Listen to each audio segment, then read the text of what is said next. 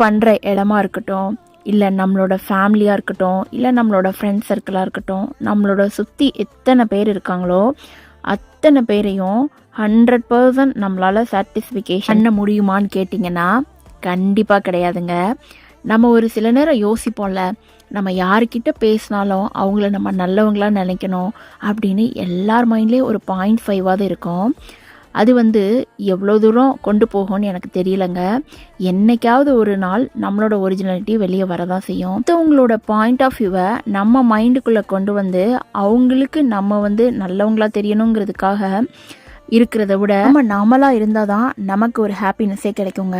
மற்றவங்க நம்மளை என்ன ஜட்ஜ் பண்ணுவாங்களோ அப்படின்னு நம்ம யோசிக்கும் போதே நம்மளோட திங்கிங் எல்லாமே டவுன் ஆக ஆரம்பிச்சிடும். அடுத்தவங்களோட கைக்கு நம்ம மைண்டோட ரிமோட் போகவே கூடாது. எனக்கு கேட்டதுலேயே ரொம்ப பிடிச்சதுங்க. இந்த வாரத்துக்கான கீ தாங்க ரெடி பண்ணேன்.